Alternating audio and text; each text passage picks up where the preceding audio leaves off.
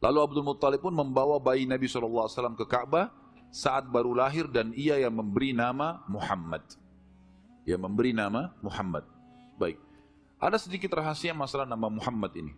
Perlu teman-teman tahu, nama Muhammad sebelum Nabi Muhammad SAW tidak dikenal oleh orang-orang Arab. Gak ada satupun orang Arab bernama Muhammad pada saat itu. Belum ada. Terus dari mana nama ini? Kok Abdul Muttalib bisa berikan nama cucunya? Ada kisahnya. Jauh sebelum lahir Nabi SAW, Abdul Muttalib pernah jalan-jalan ke negeri Syam bersama dengan 3 orang sahabatnya. Yang pertama Sulaiman bin Mujazi', salah satu kepala suku di Mekah. Yang kedua Hulayla bin Hajij. Dan yang ketiga Himran bin Rabi'ah.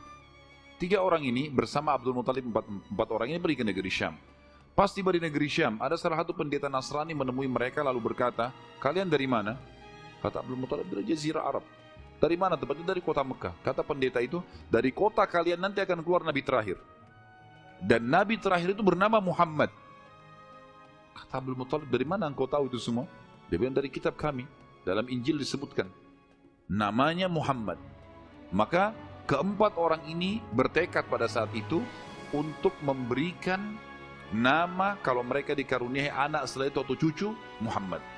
Dan dari 4 orang ini, pada saat balik ke Mekah, orang yang pertama mendapatkan cucu laki-laki adalah Abdul Muttalib. Itulah Nabi Muhammad SAW. Maka dia pun mengangkat bayi Nabi SAW lalu keliling di dekat Ka'bah lalu mengatakan, "Anak ini memiliki perkara yang besar. Aku memberikan nama Muhammad. Aku memberikan nama Muhammad." Terus dia mengucapkan kalimat itu.